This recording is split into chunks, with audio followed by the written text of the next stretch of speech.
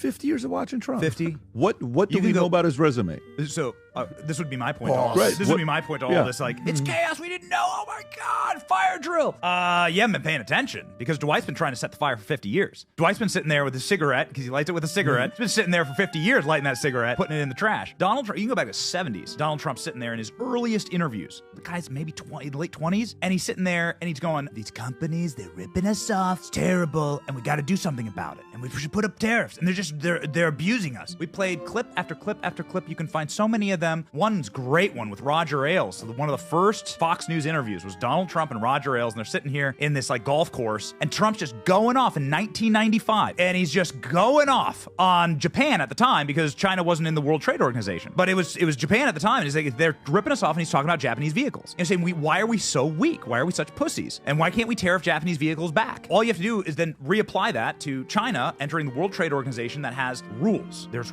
rules. We let them into the WTO. They've never followed the rules. They've only ever stolen IPs. If you have buddies that do business in China, every one of them will tell you that the number one thing that will happen if you bring an innovation to China and manufacture it there is 100 different versions of your product will pop up on Temu and Amazon the next day. They'll steal it, they'll rip you off, and you have no grounds in Chinese courts to file for patents.